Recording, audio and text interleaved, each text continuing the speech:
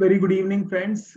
This is a series which has come after a little while, and Beyond Classroom Season 14 is about how we all can actually increase our productivity.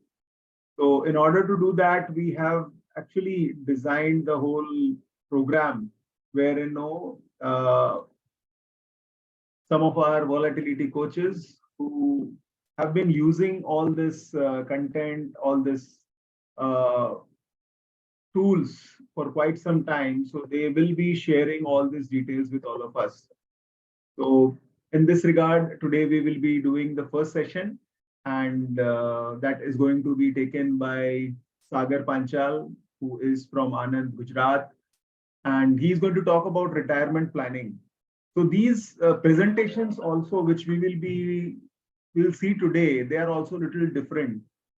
Volatility coaches are quite used to these presentations, maybe in a form of a sketch note, or maybe not the normal traditional way of presentation where we all are used to, in fact, from fund managers or from anybody who is conducting these sessions. And the best part is this will have a practical aspect wherein a tool will be used, how one can inspire his or her client through this particular session. So same way, all the other sessions are also uh, getting designed in the similar way. So that's the idea. And maybe at the end, we will also share what is going to come next. But as of now, let's begin. So over to Sagar, who is an extremely inspiring and a dynamic personality from the city of Anand and is doing great works, not only with mutual funds, but various other financial products, including stockbroking. So I am sure his clients are quite happy and they feel like listening to him, and they request him to conduct a lot of programs in form of games and activities for him through him. So let's listen to him, what he shares with his clients in form of helping them in retirement planning. So over to you, Sagar. Namaste, good evening to all. First of all, thanks a lot to Kanak ji for providing me the platform. कि आज मैं जो भी थोड़ा बहुत knowledge है मुझे मैं आपके संग शेयर कर सकूं और this is a beautiful platform, this is a beautiful series और ये 14th एडिशन है जहाँ पे बियॉन्ड द क्लासरूम, जो क्लासरूम एक्टिविटी जनरली रहती है, थोड़ा बोरिंग सा प्रेजेंटेशन रहते हैं. So we as a volatility coaches have access to these things कि जहाँ पे हम लोग अलग तरीके से presentations बना सकते हैं. I'll also share and show कि कहाँ से ये सब images आती है, कहाँ से डिजाइन वगैरह होते हैं. So I'll just share my screen.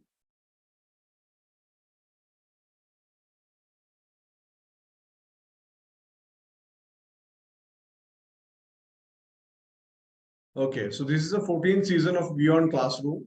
As Kanak ji introduced myself, I am taking the first session today. मेरे बाद उपिंदर जैन, मिस्टर वरुण मित्तल, देवेंद्र गोस्वामी जी, अल्पा शाह जी, श्वेता कामा, कनक जैन खुद, गिरीश खंडेलवाल, राहुल चंदालिया और अनुज भाई और पूरी टीम. ये पूरी सेशन हम पूरे मई में ये चीज करने वाले हैं. will regularly हम ये कैसे ग्राउंड लेवल रियलिटी से हम लोग बताना चाहते हैं कि how we use the tools and how we can grow our business. That's the whole idea, that's the whole motto about the series. So today's topic is retirement. Retirement plan, retirement ready हम लोग clients को कैसे कर सकते हैं और क्या कैसे बात कर सकते हैं, दैट्स द होल आइडिया. अगर थोड़ा पुराना डेटा भी हम लोग देखें तो ओनली 10% ऑफ द पॉपुलेशन जो 60 प्लस है, जिनके पास एक प्रॉपर आमदनी आती है, एक proper source of income regular flow आता रहता है, जहां से वो लोग प्रॉपरली अपनी रिटायरमेंट की नीड्स पूरी कर सकते हैं. ओनली 10% ऑफ द पॉपुलेशन है और 60% of the male around the world और 25% ऑफ द फीमेल्स 60 प्लस है जो आज भी काम ढूंढ रहे हैं. So that's a very alarming data. And around 60% of the people जो 70 प्लस है वो डिपेंडेंट्स है, वो आज भी उनके बच्चों के ऊपर या कहीं ना कहीं कोई ना कोई सोर्स के ऊपर वो डिपेंडेंट है। So this is a alarming data. ये डेटा हम लोग क्लाइंट के पास जाके लेके जाएंगे तो then they will have to they will think कि नहीं भाई हमको ये चीज में नहीं जाना है और हम लोग को सेल्फ रिलायंट होना है। That is the main thing. Second phase हम लोग अलग अलग कैटेगरी ऑफ क्लाइंट के पास आते हैं, अलग अलग एज ग्रुप के पास आते हैं। तो मिलेनियल्स जो अभी है, जो अभी अर्निंग शुरू करने वाले हैं, उन लोग को अगर हम बोलेंगे और सोचेंगे तो वो लोग बोलते हैं कि भाई this is not the right age. यहाँ पे अभी रिटायरमेंट को बहुत टाइम है, बहुत टाइम बाकी है, हम लोग बाद में सोचेंगे। और अगर हम नेक्स्ट फ्यू इयर्स की बात करें इन 2040 2050, तो अराउंड 15 से 18% of the total population, around 20% of total population retirement के कगार पे होगा, जो रिटायर हो जाए। सो अगर आज हम कुछ प्रोडक्ट उसके लिए बनाएंगे, हमारे पास कुछ अच्छा प्रोडक्ट होगा जो उनके लिए भी हम लोग विन विन सिचुएशन क्रिएट करना चाहते हैं। तो that will be the main focus of today कि हम लोग कैसे और क्या प्रोडक्ट लेके क्लाइंट के पास जाए। जैसे हमने अलग अलग बात की कि अलग अलग लाइफ यंग इन्वेस्टर्स जैसे मिलेनियल्स है, यंग कपल हमको मिलते हैं, mature couple with grown ups होते हैं और रिटायर्ड कपल रहते हैं। सो अलग अलग एज एज में अगर डिवाइड करेंगे तो below 25, 25 to 35, 35 to 50, 55, 55 and above, ये एज ग्रुप के हिसाब से अगर हम डिवाइड करते हैं तो, और ये अलग अलग एज ग्रुप की रिक्वायरमेंट अलग अलग आएगी। आज यंग मिलेनियल्स जो है उनको रिटायरमेंट का हमको उनको जगाना पड़ेगा कि आप रिटायरमेंट के लिए सोचिए, because they don't want to work till 60। अगर आप किसी भी, मैं काफी सारे कॉलेजेस के साथ टाई अप दे रहे हैं, मैं काफी सारे यंगस्टर्स को मैं एड्रेस करता हूँ, एमबीएस को, बैचलर्स को। तो वो सब उन लोग को अगर जब पूछे कि भाई आप क्या करना चाहते हैं, बिजनेस करेंगे या प्रोफेशन, आप कितने टाइम तक वो करना चाहते हैं, तो दे द सर्टन आंसर इज भाई हम लोग को बिलो 40 या बिलो 50 रिटायर हो जाना है। दे उनको रियलिटी अगर हम दिखाएंगे तो वो लोग आज के दिन के अंदर सेविंग शुरू करना है वो समझेंगे और बाद में आगे लेके जाना पड़ेगा। सो अलग अलग लाइफ साइकिल, अलग अलग एज ग्रुप को अलग अलग हमको सिखाना पड़ेगा। और these are the few slides. ये जैसे कनक जी ने बताया कि हम लोग ऐसे खुद प्रेजेंटेशंस बनाते हैं जो हमारे दिमाग में क्रिएटिविटी ऑलरेडी रहती ही है, लेकिन उनको पिक्चर पे कैसे लाया जाए। वैसे हमारे एक क्रिएटिविटी गेम करके गेम भी है जो भी आगे की सीरीज के अंदर कवर होगी। तो जैसे हमारे थॉट्स रहते हैं, हमारे आइडियाज रहते हैं, हमने कहीं कुछ सुना, हमने कहीं कुछ देखा, उनको कैसे हम क्लाइंट के पास लेके जाए, हमारी टीम को कैसे हम लोग एंगेज करें, हम लोग उनको कैसे ट्रेन करके वो सेम कंसेप्ट क्लाइंट के पास लेके जाए, रिपीटेडली कैसे कर रहे थे। तो ये ऐसे इमेजेस से हम आज देखेंगे कि कैसे क्या हो सकता है। हम लोग काफी सारे माइंडसेट के ऊपर थोड़े बात करेंगे कि अगर हम रिटायरमेंट के नजदीक होते हैं या जैसे आमदनी शुरू होती है तो people focus on reducing expenses. Generally अगर हम स्टडी करेंगे, जो भी मिलियनियर्स है वो सब जो भी काफी अच्छे वर्ल्ड के रिचेस्ट पर्संस है, उन लोग को अगर स्टडी करते हैं they have never focused on reducing income, they have never focused on reducing expenses, they have focused on increasing income। Income कैसे इंक्रीज किया जाए वो चीज पे फोकस करना रहेगा। और क्लाइंट को भी यही चीज हमको दिखानी पड़ेगी, सिखानी पड़ेगी कि आपको फोकस इंक्रीजिंग ऑफ इनकम पे करना है, ना कि आप कॉस्ट रिड्यूस कीजिए। Value of time. जनरली एक चीज देखी है हमने कि काफी सारे जो रिटायर्ड पर्सन रहते हैं वो लोग फोकस करते हैं कि भाई हम लोग कैसे टाइम पास किए और कैसे रिटायर हो जाए, रादर देन उनका फोकस ये रहना चाहिए कि भाई हम लोग कैसे टाइम को बार्गेन करें। टाइम हमारा जो स्पेंड हो रहा है दैट्स द ओनली थिंग जो वापस नहीं आने वाली। तो उनको फोकस ये करना है कि टाइम को मैक्सिमम यूटिलाइज करें, उनको एनकैश कैसे करें, यहाँ पे इनकम कैसे इंक्रीज करनी है उनके ऊपर फोकस करें। Not taking risk is the biggest risk. यहाँ पे आप देखेंगे कि मैक्सिमम जो रिटायरी रहते हैं उनका फोकस रहता है, अप्रोच रहता है कि भाई गोल्ड ले ले, पीपीएफ ले ले, एफडीज ले ले और हो जाएगा बस। सो यहाँ पे बिगेस्ट रिस्क है इन्फ्लेशन। इन्फ्लेशन के डेटा हमको दिखाने पड़ेंगे और इन्फ्लेशन के डेटा वो लोग देखेंगे तो उनको भी आइडिया आएगा कि नहीं this is the right thing. और सही डेटा दिखाने से, सही चीज दिखाने से हम लोग उनको डिफरेंट एसेट क्लास में लेके जा सकते हैं और उनके लिए भी सिचुएशन अच्छी क्रिएट कर सकते हैं। हमको यंगस्टर्स को ये दिखाना है कि हम स्टार्ट लेट करेंगे तो नुकसान है, और जितना जल्दी स्टार्ट करेंगे उतना हमारे लिए फायदा है। सो हम लोग अगर 20 साल के लिए XYZ रकम, फॉर एग्जांपल हमको 1 करोड़ रुपए मिलने वाला है 20 साल के अंदर, जैसे ही वो 10 साल ऐड करेंगे तो उसको डबल नहीं उससे ज्यादा रिटर्न मिलेंगे। और जैसे ही वो जैसे कंपाउंडिंग जितनी लॉन्जिटिविटी के लिए क्रिएट करेंगे, वहां पे उनको इतने मल्टीपल रिटर्न्स मिलते जाएंगे। ये डेटा दिखाएंगे, ये टूल्स हम लोग यूज करेंगे तो ही हम प्रैक्टिकली ये चीज दिखा पाएंगे। दूसरा, not owning the assets, trading time with money. So this is also very good concept कि हम लोग को ऐसी एसेट्स क्रिएट करनी है, ऐसी एसेट्स में इन्वेस्ट करना है जो ग्रेजुअली इंक्रीज हो, जिनकी valuation by the time increase हो, ना कि ऐसे एसेट के अंदर रुपए लगाने हैं। जैसे कार एक ऐसा एसेट क्लास हो गया जो आज बहुत ही नेसेसिटी है उतनी कार लीजिए, लेकिन वो इन्वेस्टमेंट ऐसा नहीं होना चाहिए कि जहां पे वैल्यूएशन डिग्रेड ही होने वाली है, आपका यूज भी नहीं है, यूटिलिटी भी नहीं है, लेकिन फिर भी अपने को इन्वेस्ट करना है खाली लग्जरी के लिए, तो वो चीज नहीं होनी चाहिए। ये सब चीजें हमको क्लाइंट को बतानी रहेगी। बाद में, timing the market is the worst thing that the client can do. Clients आते हैं हर एक मार्केट साइकिल के अंदर और देखते हैं कि टाइम शांति से जो बैठा रहेगा, जो इन्वेस्ट करते रहेगा, वही यहाँ से रिटर्न्स बना के जाता है। तो टाइम मार्केट को जितना हम ज्यादा देंगे और क्लाइंट को जितना समझा के उसको एसेट एलोकेशन करवाएंगे, उतना ही वो रिटर्न्स ज्यादा बना पाएगा। बाद में, हम लोग आज यूएस की कल्चर देख रहे हैं, यूएस की इकोनॉमी देख रहे हैं। The economy is the at the worst juncture. उन लोग ने सोचा भी नहीं था कि डेट इतना खराब हो जाएगा, डेट का सिचुएशन के नंबर टॉप 15 बैंक को भी उड़ जाना पड़ेगा, बंद हो जाना पड़ेगा। So excessive loan is a very bad trap. Credit cards, using credit cards, हम लोग की we are at a very good juncture. हम पूरा आप देखेंगे कि यूएस चलता है पूरे क्रेडिट कार्ड्स के ऊपर, लोन्स के ऊपर, और इंडिया आप उसके तरह के अपोजिट पे देखेंगे। जो रिटेल स्पेंडिंग हो रहा है यहाँ पे, रिटेल स्पेंडिंग मेजोरिटी हो रहा है यूपीआई से। क्रेडिट कार्ड का यूजेज कम हो रहा है, और यूपीआई का यूजेज कब होगा? जब क्लाइंट के पास पैसे बैंक के अंदर है। तो वो चीज बहुत अच्छी है कि डेट ट्रैप में हम ज्यादा यंगस्टर्स नहीं जा रहे हैं, उनको एजुकेट करते रहना पड़ेगा। अगर ये हम एजुकेट नहीं करेंगे तो वो भी 5 साल बाद, 10 साल बाद इंडिया की ये सिचुएशन खराब आ सकती है। Comparing is painful and gratitude is bless. Generally क्या रहता है कि हमारे पास जो होता है उससे संतुष्टि नहीं रहती।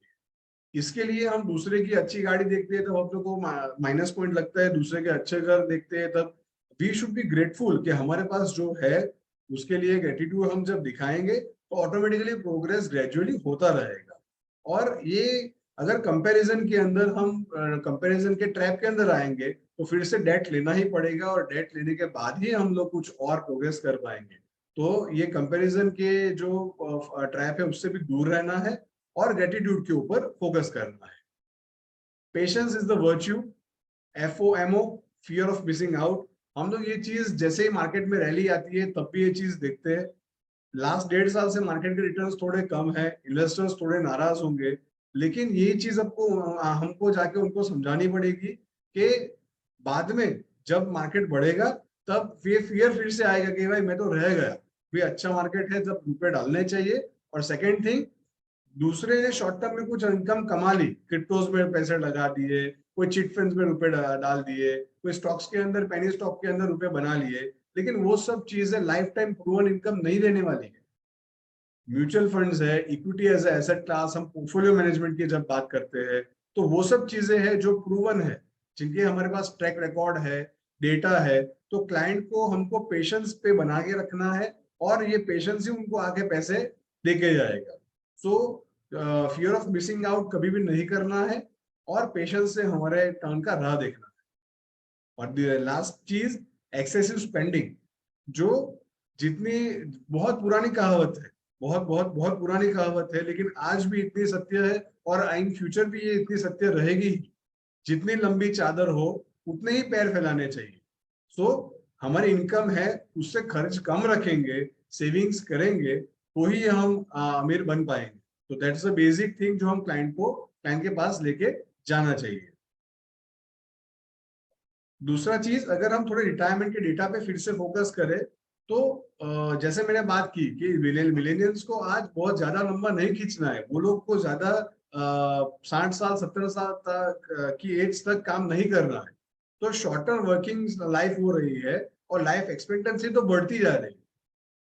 दूसरा, फैमिलीज न्यूक्लियर होते जा रहे हैं, फैमिलीज छोटे होते जा रहे हैं, और lifestyle inflation, this is the biggest risk. अगर हम आज कोई रिटायरमेंट प्लान क्रिएट कर रहे हैं और कोई सजेशन दे रहे हैं, और उसके अंदर अगर हम 6-7% इन्फ्लेशन ले रहे हैं, that is the basic general inflation. लेकिन लाइफस्टाइल इन्फ्लेशन अगर हम बात करेंगे, तो उसका तो कोई मापदंड ही नहीं है, उसके तो कोई हम थॉट प्रोसेस ही नहीं रख सकते हैं। तो these are the changing scenarios, changing outlook, जो हमको क्लाइंट के पास लेके जाने पड़ेंगे, और ये डेटा दिखाएंगे, तब ये क्लाइंट को एहसास होगा कि नहीं, ये चीज बराबर है, जरूरी है, इसकी अहमियत है, और हमको भी एडवाइजर चाहिए, हमको भी एक साथी चाहिए, एक कोच चाहिए, जो हमको ये जर्नी के थ्रू लेके जाए। दूसरा, 80s और 90s के अंदर जॉइंट फैमिलीज थे, जो न्यूक्लियर फैमिलीज, और द फैमिलीज छोटे छोटे होते जा रहे हैं। तो बर्डन यहाँ पे, जब जॉइंट फैमिलीज थे, कमाने वाले भी ज्यादा थे, जैसे ही फैमिलीज छोटे होते जा रहे हैं, कमाने वाले भी कम होते जा रहे हैं, लेकिन खर्च बढ़ते जा रहे हैं ड्यू टू लाइफस्टाइल इन्फ्लेशन है। तो ये सब चीजें हमको क्लाइंट को बोलना पड़ेगा। और बिल गेट्स का बहुत अच्छा कहावत है कि if you are born poor it's not your mistake, but if you die poor it's your mistake. So ये सब कंसेप्ट्स है, ये सब से क्लैरिटी आएगी, क्लाइंट को हम एहसास करवा पाएंगे, तो ही वो चीज समझेंगे, उनकी अहमियत समझेंगे, और आगे हमारे साथ बढ़ने का सोचेंगे। देन द मेन पॉइंट कि भाई, तो रिटायर रिच होना कैसे है, हमको वेल्दी रिटायरमेंट कैसे लेनी है, कैसे करना है। So right time, right asset allocation, right amount and right coach. So ये डिफरेंट स्ट्रेटेजीज हमको लेके जानी पड़ेगी, सही समय पे उनको समझाना पड़ेगा, और राइट एसेट एलोकेशन अलग अलग एज ग्रुप के हिसाब से उनको देना पड़ेगा, और उनको समझाना पड़ेगा कि राइट अमाउंट भी इन्वेस्ट करना जरूरी है, क्योंकि ये ट्राइड एंड टेस्टेड मेथड्स है। तो इनमें बड़ी अमाउंट भी जब हम इन्वेस्ट करेंगे, तो उसमें कोई दिक्कत आने वाली नहीं है।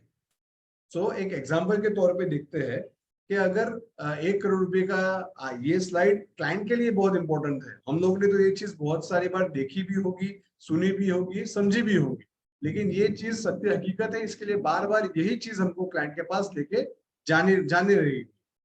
मिलेनियल्स जो है, जो 25 से 35 के एज ग्रुप में है, जो अभी कमाना शुरू कर रहे हैं, वहां पे अगर वो 1 करोड़ रुपए चाहते हैं एट द एज ऑफ 60, तो उनके पास 30 का एज है, 30 इयर्स की कंपाउंडिंग होने वाली है। तो यहाँ पे केवल 3000 का SIP उनको 1 करोड़ रुपए दे देगा। यहाँ पे we have consider 12% compounding returns, खाली 3000 का SIP ये देगा। और यही चीज अगर 10 साल कोई डिले कर रहा है, तो 10,000 का SIP चाहिए होगा, और 20 साल के अंदर इनको 1 करोड़ रुपए मिलेंगे। और यही चीज 50 साल की उम्र में कोई कर रहा है, तो amount jumps to required 43,000 rupees. तो यहाँ पे 10 साल के अंदर उनको 1 करोड़ रुपए 12% कंपाउंडिंग के तौर पे मिलेंगे। ऐसे स्लाइड्स है, ऐसे डेटा है, जो अपने को क्लाइंट को कन्विक्शन देंगे, नहीं भाई, वी शुड स्टार्ट अर्ली। और एसेट एलोकेशन की जो हमने बात की, यहाँ पे जब मिलेनियल्स शुरू कर रहे हैं, यहाँ पे अपनी रिस्पॉन्सिबिलिटी कम है, यू आर अंडर 40, तब अपने इक्विटी एसेट एलोकेशन 100% इक्विटी भी रख सकते हैं। We should definitely take care कि हम लोग ने उनका रिस्क प्रोफाइलिंग किया है, उनकी रिस्क प्रोफाइलिंग अगर एग्रेसिव है तो वी कैन सजेस्ट दिस, और वाइस वर्सा, जैसे उनका रिस्क प्रोफाइलिंग आ रहा है वैसे वैसे भी हम ये चीज कर सकते हैं। अगर वो मिडिल एज ग्रुप के अंदर है, यहाँ की उनकी एज अंडर 50 है, तो वहां पे हम लोग 60-40 रख सकते हैं, इक्विटी थोड़े ज्यादा रखे 60% के आजू बाजू, और बाकी का डेट जो उनको सेफ्टी भी दे।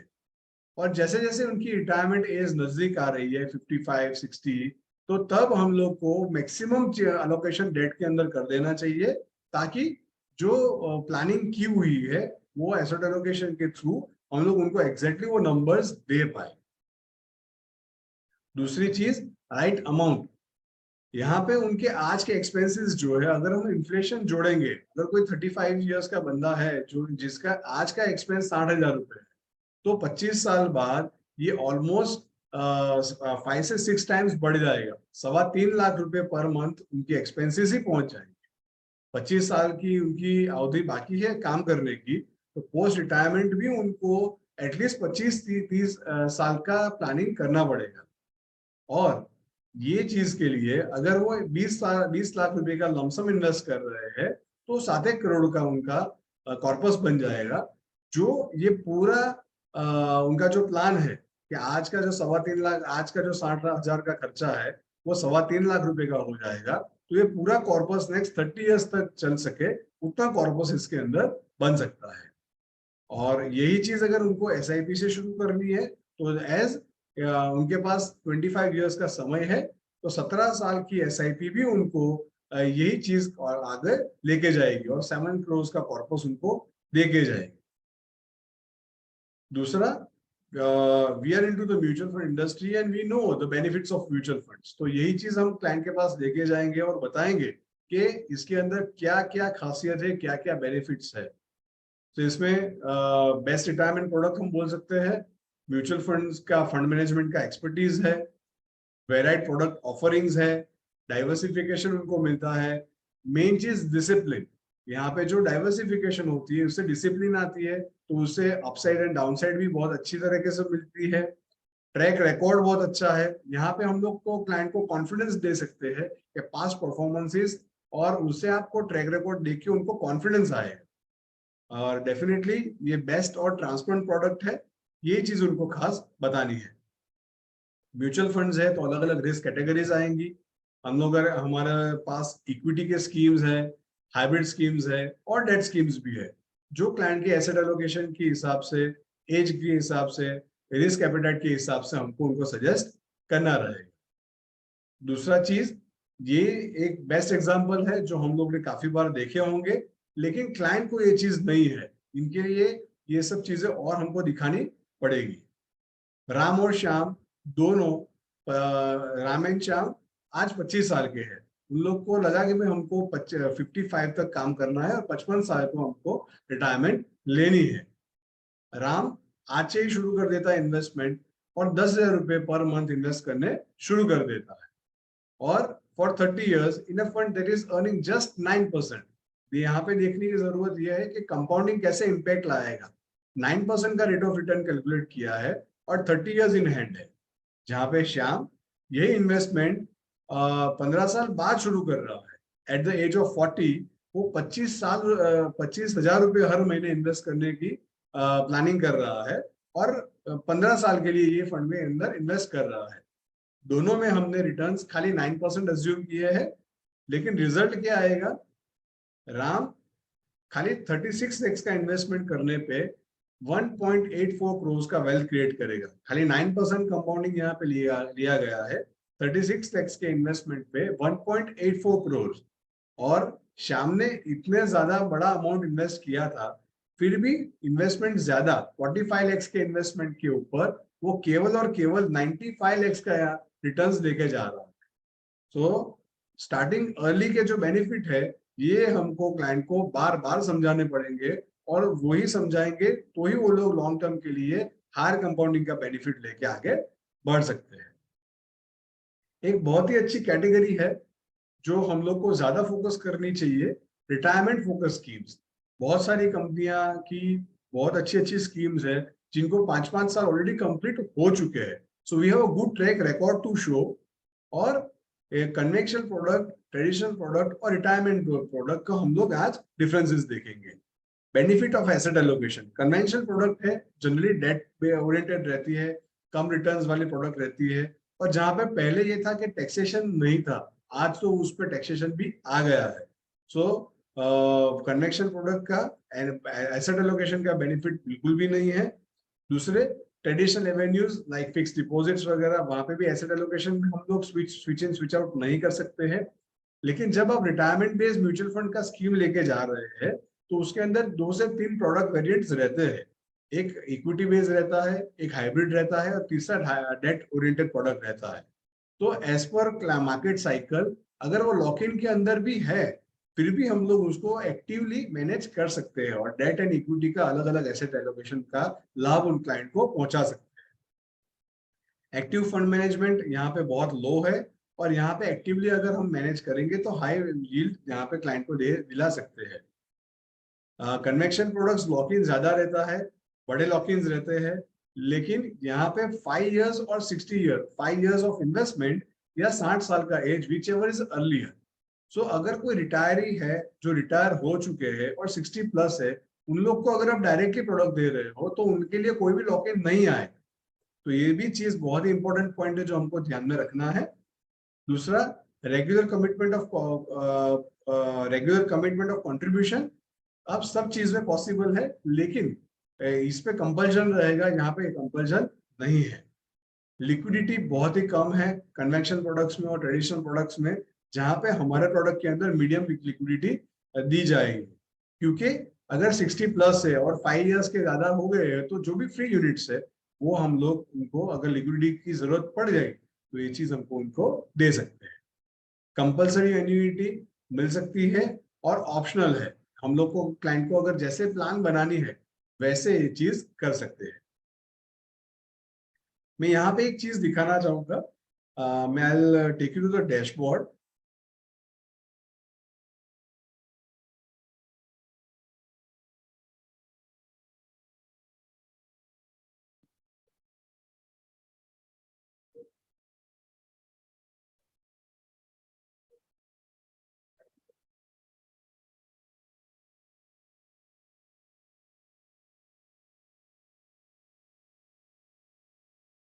आई am taking you to the dashboard, जो डैशबोर्ड हम लोग बहुत यूज करते हैं, और वहाँ पे क्या क्या बेनिफिट्स है और किस तरह से हम लोग यूज करते हैं। I just like to show you guys something somewhat.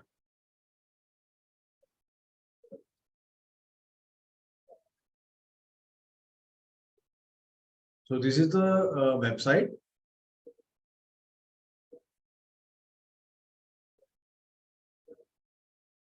So these are the different things जो हम लोग को डैशबोर्ड के अंदर मिलती है। वॉलेटिलिटी गेम का सॉफ्टवेयर है, ये प्रेजेंटेशंस क्लाइंट के एंगेजमेंट के लिए हमारे पास रहते हैं, यंगस्टर्स को एड्रेस करना है, वुमेन आईआईपी करनी है, वो सब चीजें पीपीटीज इसके अंदर रहती है।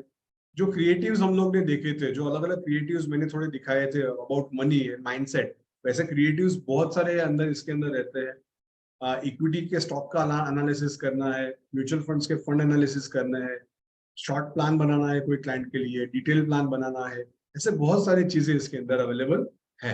आईआईपी कैसे कंडक्ट करनी है, हम लोग अभी जो पॉइंट है उसके ऊपर जाएंगे कि म्यूचुअल फंड का एनालिसिस जो करते हैं और रिटायरमेंट स्कीम्स कैसे हम लोग आइडेंटिफाई कर पाएंगे, उसके ऊपर थोड़ा जाएंगे। So this is the dashboard. यहाँ पे will go to select categories. Select categories के अंदर यहाँ पे कैटेगरी है solution oriented retirement, so will click on this. जैसे आप देख सकते हैं कि अलग, अगर आपको ईटीएफ चाहिए या फंड ऑफ फंड गोल्ड के चाहिए या इक्विटी के एफओएफ चाहिए, अलग अलग categories, large and mid cap है, मल्टी कैप है, स्मॉल कैप है, या फिर डेट के अंदर अलग अलग कैटेगरीज है, ये सब चीजें अवेलेबल है। थीमेटिक फंड्स है, रीजन स्पेसिफिक थीमेटिक फंड्स है, इंडाइसिस है, सब चीजें यहाँ पे अवेलेबल है। लेकिन to focus on the topic, will go with the retirement funds. So retirement fund में जितने भी सोल्यूशन ओरिएंटेड सेबी के कैटेगराइजेशन के हिसाब से है, वो सभी यहाँ पे आपको दिख रहे हैं। यहाँ पे AUM वाइज अगर फिल्टर करना है तो highest AUM we can see के यूटीआई का काफी पुराना फंड है, HDFC का काफी पुराना फंड है, तो उसके अंदर 2,000 3,000 के ऊपर के फंड्स भी यहाँ पे दिख रहे हैं। सेकेंड थिंग के TER, सबसे कम TER वाले प्लान जो डेट ओरिएंटेड प्लान है SBI के वैसे है।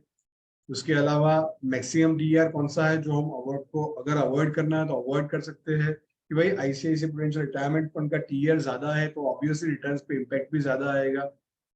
डेट का पोर्शन जो है उनका अगर हमको यहाँ पे सेग्रीगेट करना है, AAA किसमें ज्यादा है, AA किसमें ज्यादा है, कम है, या फिर हमको ऐसा कोई प्रोडक्ट चाहिए कि हमको लार्ज कैप ओरिएंटेड प्रोडक्ट देना है क्लाइंट को, तो यूनियन का रिटायरमेंट फंड में मैक्सिमम लार्ज कैप्स है, मैक्सिमम स्मॉल कैप्स किसमें ज्यादा है, HDFC रिटायरमेंट में स्मॉल कैप्स 28% का एलोकेशन दिया हुआ है। तो वैसे चीजें हमको अगर रिटायरमेंट के लिए दे रहे हैं, किसी यंगस्टर को SIP दे रहे हैं और ये फंड देंगे तो दैट्स फाइन, लेकिन अगर कोई 50 साल या 60 साल का बंदा है जहाँ पे 28% या 20% का स्मॉल कैप का एलोकेशन है, तो ये सब चीजें हम लोग इग्नोर कर सकते हैं। तो इसके लिए ये फंड हम लोग को काफी काम लगते हैं। ये कैलकुलेटर्स हम लोग को काफी काम लगते हैं। यहाँ पे 1 ईयर रिटर्न्स, 3 ईयर, 5 ईयर, ये ईयर ऑन ईयर बेसिस पे रिटर्न्स है।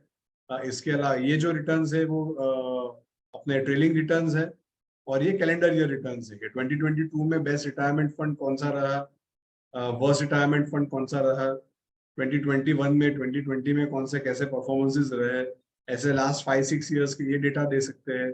इसके अलावा ये सब रेशियोज के भी इसके अंदर ही आ जाएंगे कि शार्प रेशियो में क्या है, सॉर्टिनो, ये सब रेशियोज के अंदर भी हम लोग करेंगे। और ये चीज और ज्यादा डिटेल में देखेंगे जो हमारी नेक्स्ट सीरीज के अंदर ही कंटिन्यू में आएंगे। श्वेता कामा जी ये सब रेशियोज कैसे देख रहे हैं, कैसे एनालिसिस करना है, वो सब चीजें भी हम देखेंगे। So coming back to the presentation,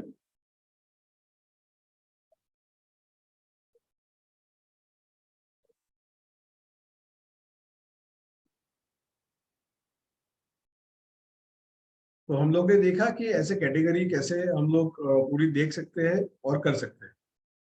इसके अलावा दूसरे अलग अलग ऑप्शंस भी रहते हैं ये सब रिटायरमेंट स्कीम्स के अंदर। एज पर योर एज अलग अलग एसेट एलोकेशन स्कीम को हम लोग रेकमेंड कर सकते हैं। 5 इयर्स का यहाँ पे स्कीम में लॉक इन है, जो जनरली क्या रहता है कि इम्पल्सिव विड्रॉवल्स वगैरह रहते हैं उसको भी रोक देंगे। क्लाइंट भी पहले से माइंडसेट प्रिपेयर करके आएंगे कि भाई 5 साल के लिए फंड मेरा लॉक इन रहने वाला है, तो that will give the fund manager extra edge कि उनको ये लॉन्ग टर्म के लिए ज्यादा अच्छी वैल्यू क्रिएट करके दे सकते हैं। दूसरा बेस्ट बेनिफिट ये कि 5 साल का लॉक इन है, फिर भी अगर हमको अंदर अंदर अंदर स्विचिंग करने हैं, डेट से इक्विटी, इक्विटी से हाइब्रिड, हाइब्रिड से डेट, या ऐसा कोई भी एज पर एसेट एलोकेशन, तो वो भी हम लोग कर सकते हैं।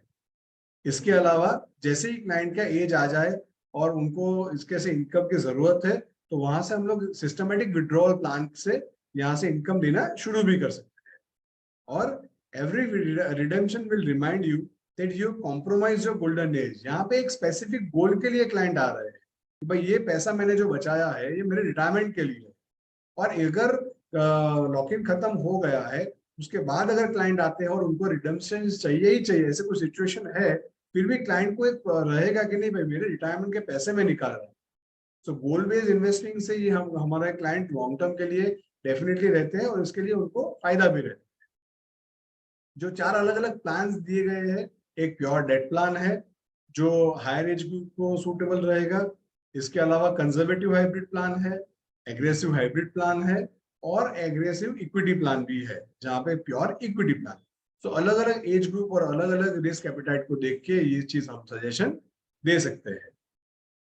इसके अलावा बहुत सारे एक्सक्यूजेस रहेंगे क्लाइंट के। फॉर एग्जांपल ये अभी जब स्टार्ट हुआ तब क्लाइंट के पास अगर जाएंगे तो बजट का बहाना देंगे, बाद में होली के बाद का बहाना देंगे, करेक्शन आएगा तभी इन्वेस्टमेंट करेंगे, उनको ईएमआई का प्रायोरिटी पहले देना है, बाद में ये सब करने के बाद बोलेंगे भाई अभी तो पैसा ही नहीं बच रहा है, मैं तो मेरे बिल्स भी जैसे तैसे कर रहा हूँ।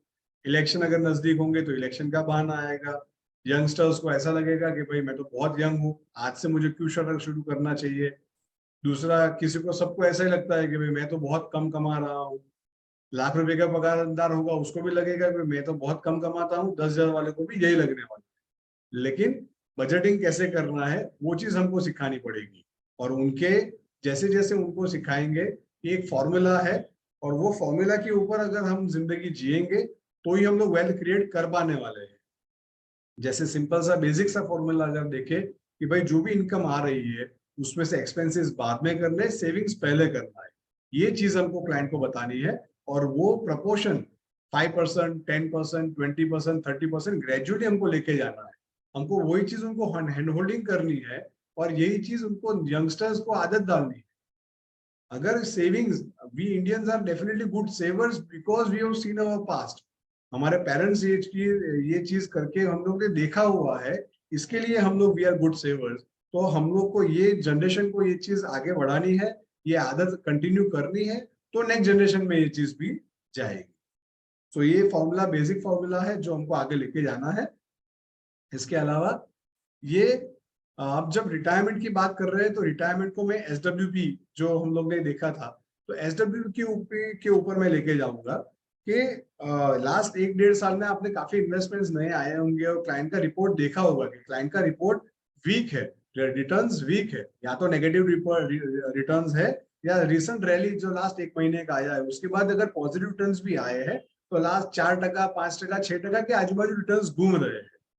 सो एक्चुअली क्या रहेगा कि 3 साल के इन्वेस्टमेंट के बाद अगर क्लाइंट ने 40 लाख का इन्वेस्टमेंट किया है और 3-4% का रिटर्न आ रहा है, तो करंट वैल्यू उसका 41,64,000 हो रहा है। ठीक है, लेकिन ये बहुत ही पुअर रिटर्न्स दिखेंगे 3 साल वेट करने के बाद भी।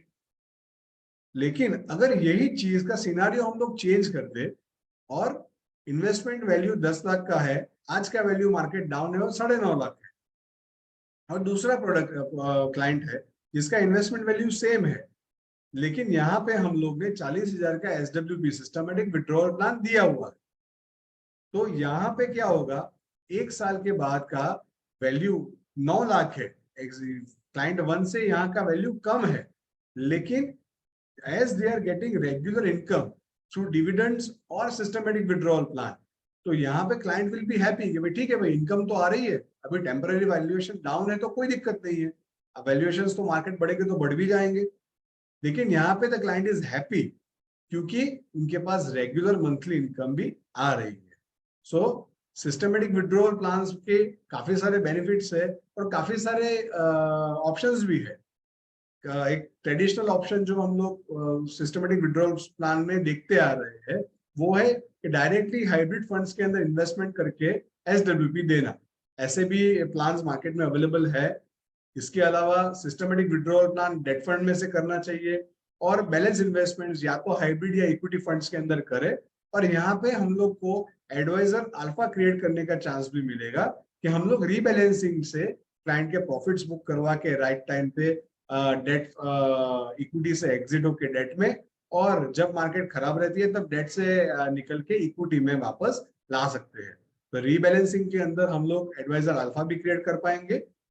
इसके अलावा यंगस्टर्स को ये प्लान दिखा सकते हैं कि आज SIP कीजिए लॉन्ग टर्म के लिए, 10 साल 20 साल 30 साल कीजिए, उसके बाद में रिटायरमेंट के ऊपर आपको सिस्टमेटिक विड्रॉल प्लान से इनकम आएंगे।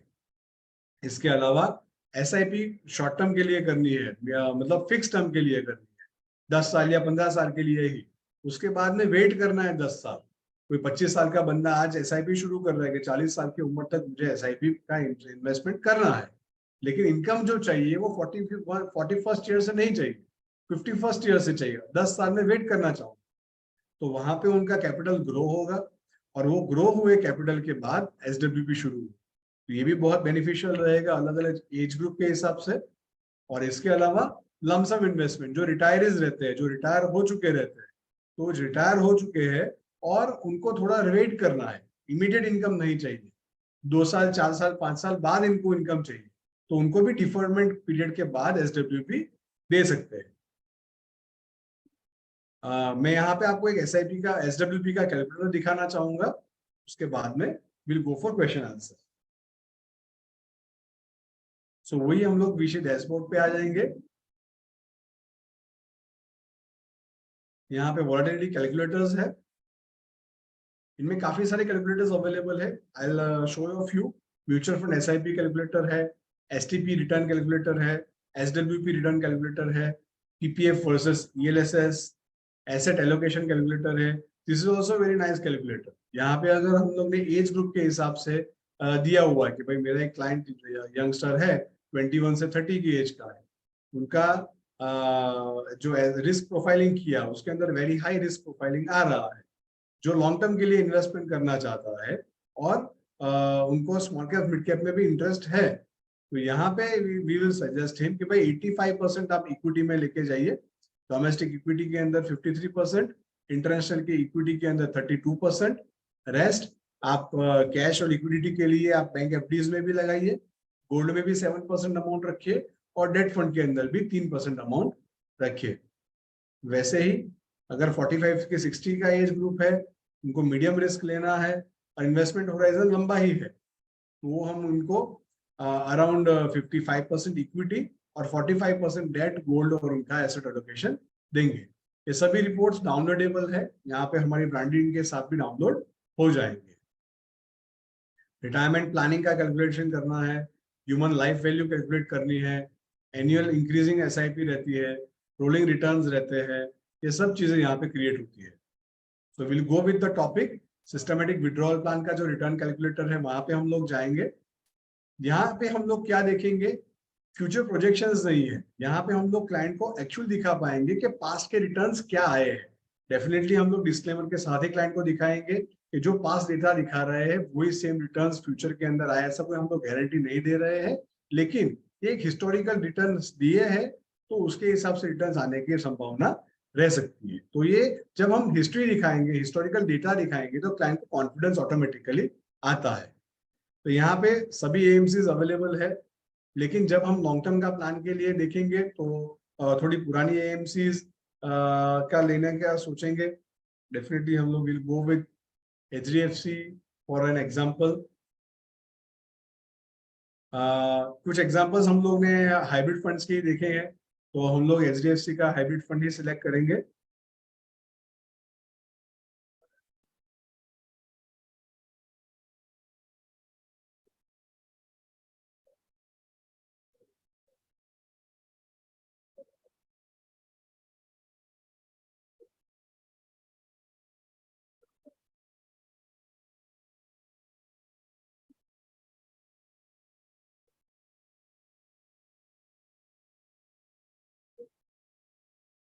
ठीक है, will go with the balance advantage fund. Generally clients want कि भाई हमको 1 से 5 साल के बीच में इनकम आ जानी चाहिए, तो विल सिलेक्ट अ डेट कि अर्लियर द मंथ में उनको एसडब्ल्यूपी मिलते जाए। जनरली क्लाइंट का रिक्वायरमेंट मंथली रहता है, so we have all the options available. किसी क्लाइंट को अगर क्वार्टरली भी चाहिए या मंथली भी चाहिए तो ऑप्शंस अवेलेबल रहेंगे, एएमसी टू एएमसी डिपेंड करेंगे। फॉर एग्जांपल कोई 1 करोड़ रुपए का इन्वेस्टमेंट कर रहा है, ये पास डेटा ले रहे हैं, इसके लिए आई विल सजेस्ट कि हम लोग ज्यादा अमाउंट दिखाए और ज्यादा रेट ऑफ इंटरेस्ट, बिकॉज हम लोग अगर 10 साल का डेटा दिखाएंगे तो रेट ऑफ इंटरेस्ट तब ज्यादा थे, एफडी के रिटर्न्स वगैरह ज्यादा थे। तो यहाँ पे मैंने 9% का कैलकुलेशन लिया हुआ है। 1 करोड़ का इन्वेस्टमेंट 9% के हिसाब से करेंगे तो 9 लाख रुपीज का रिटर्न हुआ, और उनको अगर 12 से डिवाइड करेंगे तो 75,000 का अमाउंट आएगा। सो ये 75,000 का मंथली विड्रॉल हो गया। एक रैंडम डेट लेते हैं 10 साल पहले का,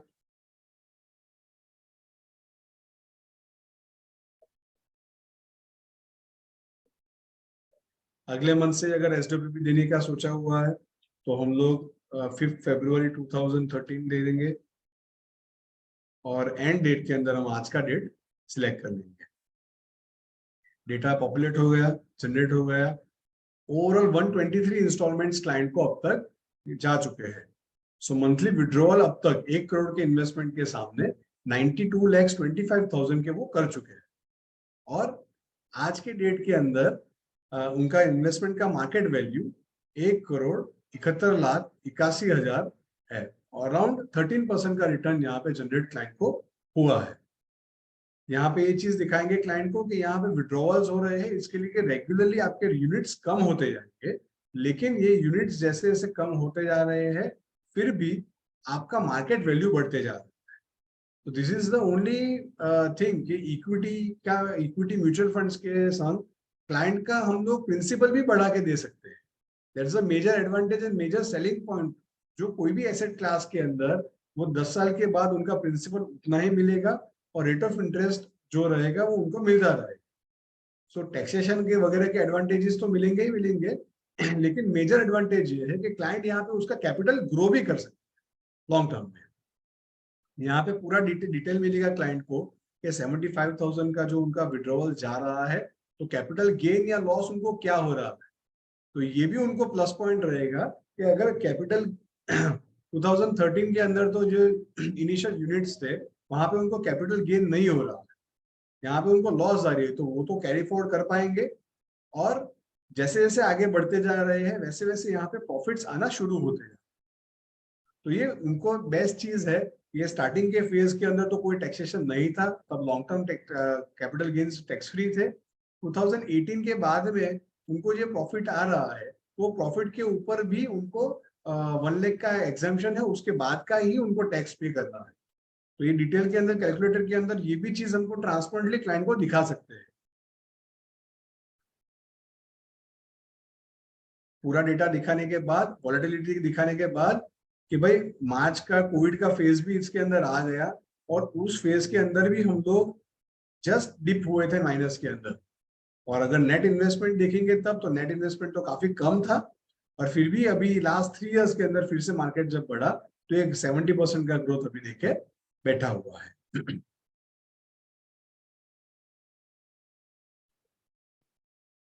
इसके अलावा let's take another example, Canara Robeco का एक लेते हैं एग्जांपल।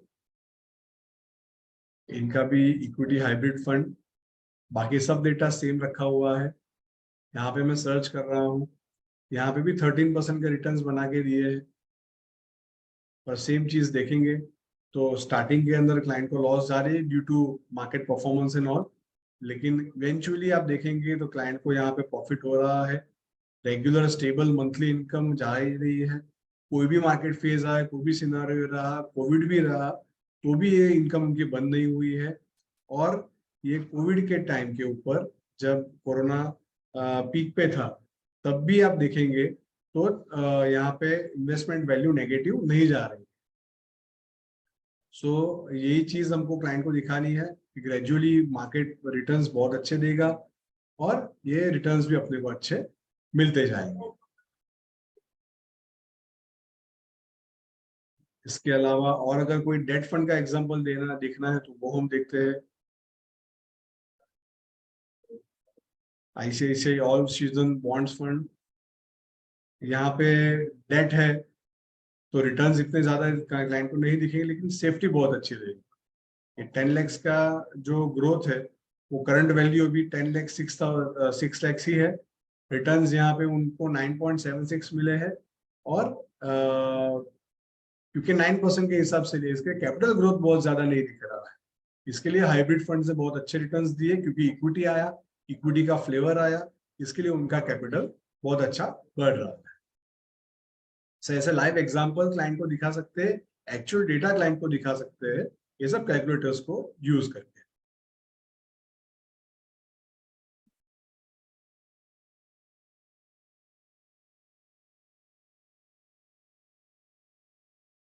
तो द कंसेप्ट हम लोग ने बहुत सुना है about the SIP book size. यहाँ पे हम लोग नया सुनेंगे SSWP book size. we'll have to create a very win-win situation for our clients, जहाँ पे उनका principal over the time long term के अंदर इंक्रीज भी हो रहा है, और उनको स्टेबल इनकम उनके टाइम के ऊपर मिलती जा रही है। और क्या चाहिए क्लाइंट जनरली, अगर हम हमारे इंडस्ट्री के लिए बात करेंगे तो these are sticky money. Generally client जब रिटायर होते हैं तो उनका यही चीज रहती है, भाई मंथली इनकम अगर टाइम से आ रही है, उन लोग को ज्यादा कुछ नहीं चाहिए, और it's a liquid uh rental property to them. अगर प्रॉपर्टी में यही चीज इन्वेस्ट करेंगे तो इतना रेंटल यील्ड भी नहीं बैठ रहा है। अगर आज की बात करेंगे 7.5% का भी अगर हम किसी को एसडब्ल्यूपी देते हैं, तो रेंटल यील्ड भी 7% के हिसाब से नहीं बैठ रहे हैं रियल एस्टेट के अंदर। और अगर उनको ये प्रॉपर्टी सेल करनी है, तो सेल करने में बहुत दिक्कतें आती है अगर वो प्राइम प्रॉपर्टी नहीं है। दूसरा, टैक्स एफिशिएंट ऑप्शन है, अगर हम इक्विटी के अंदर से दे रहे हैं तो हम लोग को ये टारगेट करना चाहिए कि 1 करोड़ 2 करोड़ 5 करोड़ की जब हम एसआईपी बुक बनाते हैं, उसके साथों साथ हम लोग को यही चीज ऐसे एसडब्ल्यूपी बुक भी बनानी चाहिए। अगर हम 1 करोड़ का मंथली आउटफ्लो दे रहे हैं, अगर हम 1 करोड़ का मंथली इनकम किसी क्लाइंट को दे रहे हैं, तो 1 करोड़ लाने के लिए, 1 करोड़ का देने के लिए आज के अगर 7.5% का अगर रेट ऑफ इंटरेस्ट गिन भी ले, तो भी टेंटेटिवली मैं मानू तब तक 60-65 करोड़ का ईओएम अपने को चाहिए होगा, तब जाके ये चीज पॉसिबल है।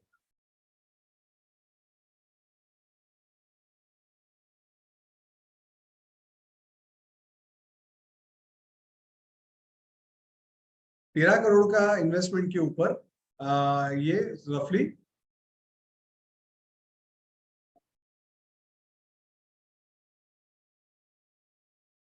13 करोड़ 33 lakhs के इन्वेस्टमेंट के ऊपर ये 1 करोड़ का SWP का बुक साइज हम बना पाएंगे. So let's get to the new thing.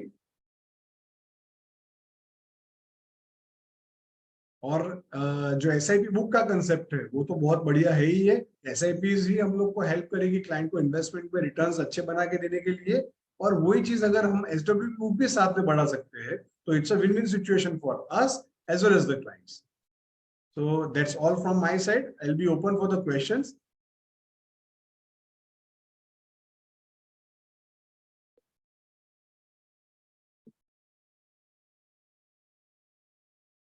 Super presentation, Sagar. There was one more thing which I think you wanted to share. Maybe you can talk about this also. The taxation. Yes. Can you So see the taxation point of view में जैसे हम लोग ने देखा कि initially जब जहां पे जितना जा रहा है, फॉर एग्जांपल ये फाइल के अंदर आप देखेंगे कैश फ्लो यहाँ पे 10,000 के जा रहे हैं. ओके.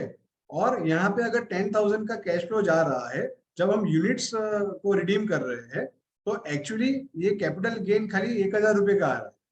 सो 1,000 कैपिटल गेन और इसके अंदर टैक्सेशन अगर हम गिनेंगे तो खाली 317 रुपए का ही आया है. तो एक साल का पूरा अगर हम गिनेंगे पूरा टैक्सेशन तो खाली 5,163 रुपए आए हैं on the income of almost 1,20,000.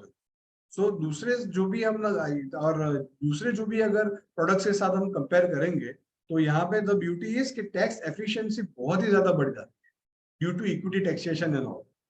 तो जैसे जैसे आगे टाइम बढ़ता जाएगा वैसे वैसे टैक्सेशन ग्रेजुअली बढ़ती जाएगी. लेकिन बड़े इन्वेस्टमेंट्स के अंदर भी अगर हमने नेम स्प्लिट किए हुए हैं बड़ी अमाउंट के अंदर तो taxation will be very very very low as compare to different products. Thank you Kanak भाई फॉर शेयरिंग द पॉइंट कि टैक्सेशन एग्जैक्टली ये चीज क्लाइंट को दिखाएंगे तो बहुत अच्छा अपने को बेनिफिट मिलेगा. Friends, if there is any question, I think the presentation was phenomenal, beautifully presented with all the points and also the calculators and also the Excel and everything was there, so smooth. So that was really, really nice. I am super impressed. So any questions from any one of us, please do ask. Yes. I have one question. Hello, this is Pankaj here. Yes, Pankaj. Hello, I am audible? Yes, yes, Pankaj ji, please go ahead. Acha, thank you. Thank you very much. The Cripsy, what's the presentation and what implementing it. My one point is you greatly miss out about the health plan because whatever is needed, even post this superannuation is health sector.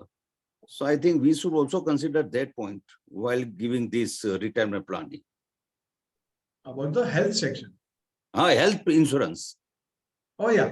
So definitely sir, लेकिन आज का जो हमारा topic था that was relating to mutual fund and SWP calculator. So definitely retirees जो होते हैं उनके अगर हम all aspects देखते जाएंगे तो उनके पास sufficient health insurance भी definitely होना चाहिए. Definitely उनके पास liquidity होना चाहिए. There are many different points जो हम लोगों को देखने चाहिए.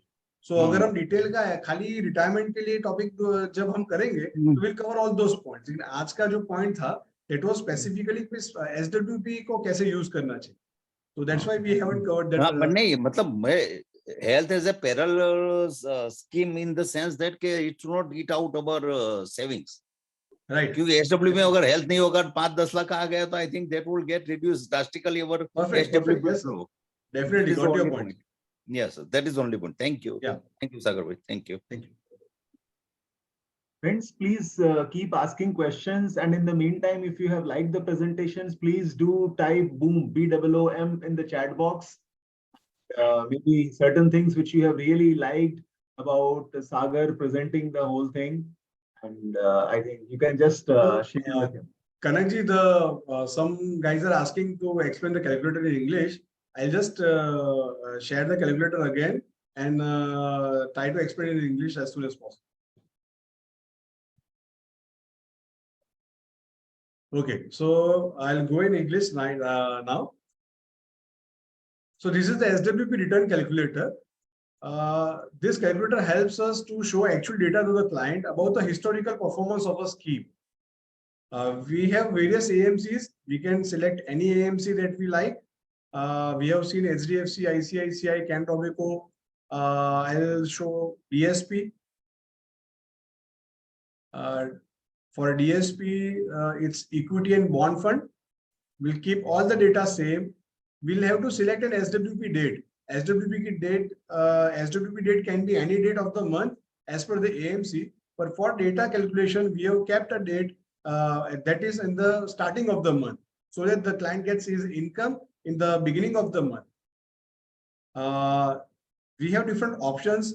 If the client wants the sum in parts in weekly format or fortnightly or monthly or quarterly, but generally it is seen that client wants monthly or quarterly income. Here we have taken an example of 1 crore rupees lump sum investment, and as it is, we have taken the data of 2013. That in 10 years back, a decade back, the prevailing interest rates were a bit higher.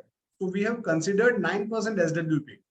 We can also show client 7.5% SWP returns to follow. But as it's a past data, we have kept it amount a bit higher. If we calculate it as per today, as per 7.5%, then the amount comes to 62,500. If we take the amount at 62,500 and keep the data, all the data same, then what the returns is coming? Okay, so I think this scheme is not 10-year-old, so the data isn't coming. We'll see the same scheme of ICICI so that we get the difference as well.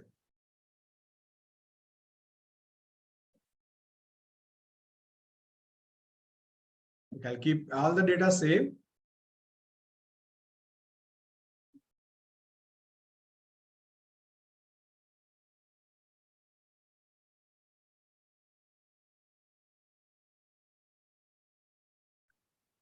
I think I'll have to log out and relog in. Just a second. Please give me a moment. Yeah, meanwhile, if I can ask a question. Yeah, sure. See, I had proposed a systematic withdrawal plan to one pensioner, Okay. right, about 1.5 years ago. Unfortunately, you know, it's been going away from capital. So any suggestions? How do I explain this to the investor? Okay. He's So concerned that it's going from his capital. I hope you got my point. yeah, I got it. So the initial phase which we saw in the example is the same thing that is going through. So we can use this calculator only for this, and we can show the client. I'll just show you. Sure. Take your time. Yeah.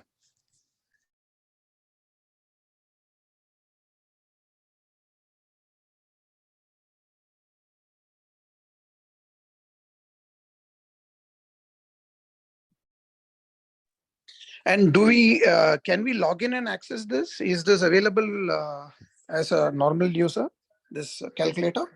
Or do we need to subscribe? I think Kanak Bhai will throw light on this in just a few minutes. Okay. I've also written the number of Nishant from SSL Academy. You can get in touch with him.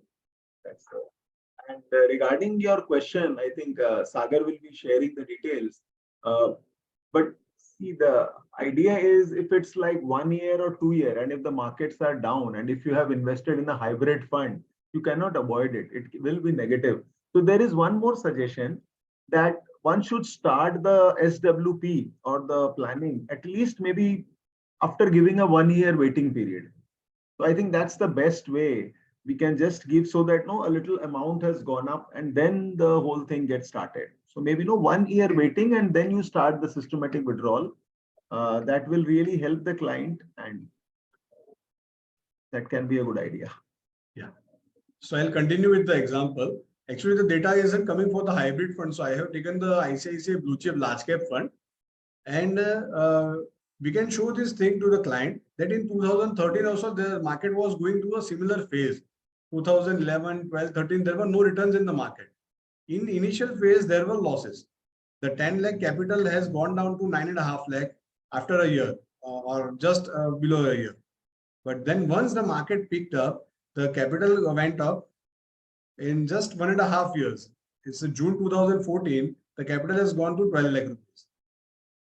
So there will be phases where the units will get extinguished, but such calculator will help us to show actual data that when the market kept on rising till 2017, there was a very good scenario in the equity markets. The capital went on increasing to 16 lakhs in spite of the income. So it's almost 5 years, almost 4 to 5 years are over, and this is the net amount of investment right now.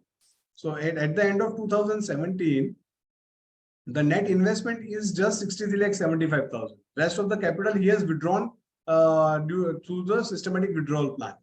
But at the net investment of 63,75,000, his capital has went up to 1 crore 60 lakh. So overall, there's a good rise, and such rise will prevail. Before such rise, there will be some phases of this, and after the 2017, there was again a stagnant period of 2-3 years where we can see that the capital hasn't gone up. So there will be some stable phases like this, and such practical data will give confidence to client that these are part and parcel of the market. These are the actual behavior of the market, and once we will show these things to clients, then they will be convinced. ये part and parcel ये मुझे पहले से बताया गया था. These are the things that transparently हमको share किया गया है और दिखाया गया.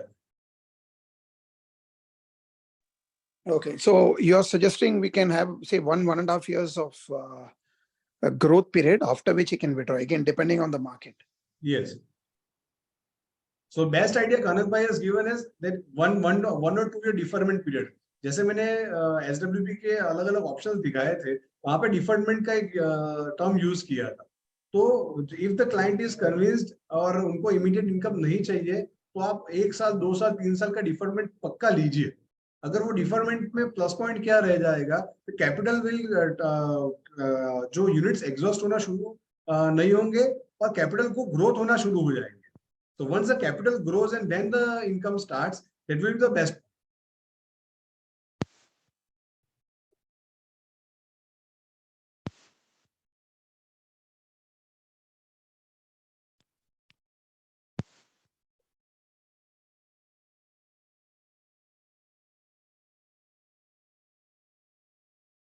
Kanak bhai, if you would like to share details about the next classrooms and all, then we can wind up the session.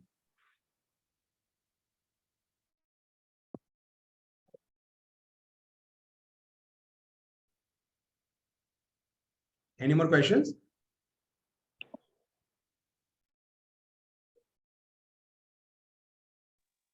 And would you recommend, pure equity fund as the target fund, or we can look at balanced? No, not directly from SW from equity fund would be risky. Okay, so hybrid would be better. Hybrid would be better. Yeah, because you had shown blue chip, right?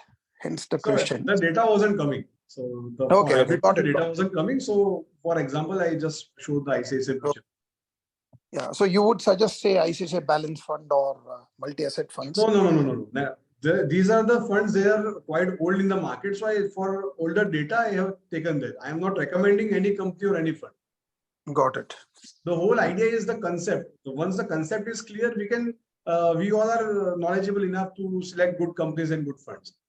So the whole idea is the concept of SWP should be clear, and such calculators will help us to enable clients to show them the reality and actual factual data. So that's the whole idea.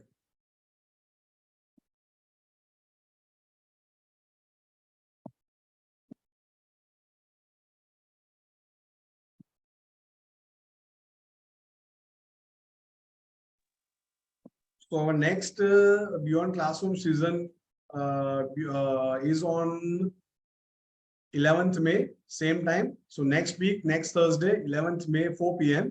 We'll be having another masterclass, and hope you all will join. And please spread the word so that the community can benefit from all this. And we have shared Nishant's number in the group, in the chat. So please contact him for any more queries. Thank you so much. Thanks for your time. Jai Hind.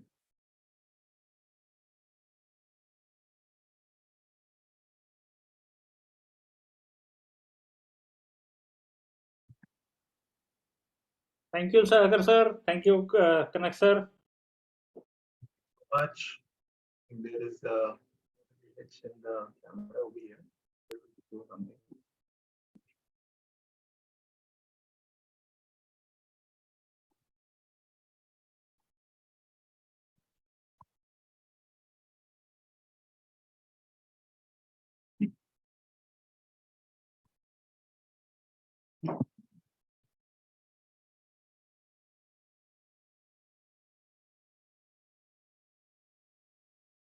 बंद नहीं हो रहा है यार, पता नहीं hang हो गया है.